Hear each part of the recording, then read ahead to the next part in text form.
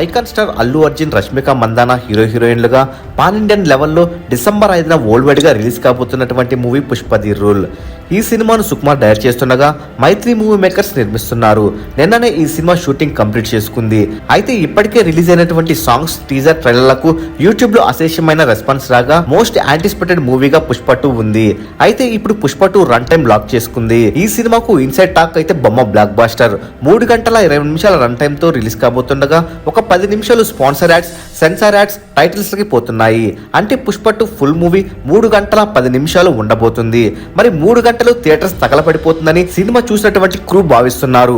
Allu Arjun elevations ఈ సినిమాకు highlight కాబోతున్నాయట. ఇక ఇప్పటికే యుఎస్ లో అడ్వాన్స్ బుకింగ్స్ లో ఆల్ టైమ్ రికార్డ్స్ లేపేస్తుంది.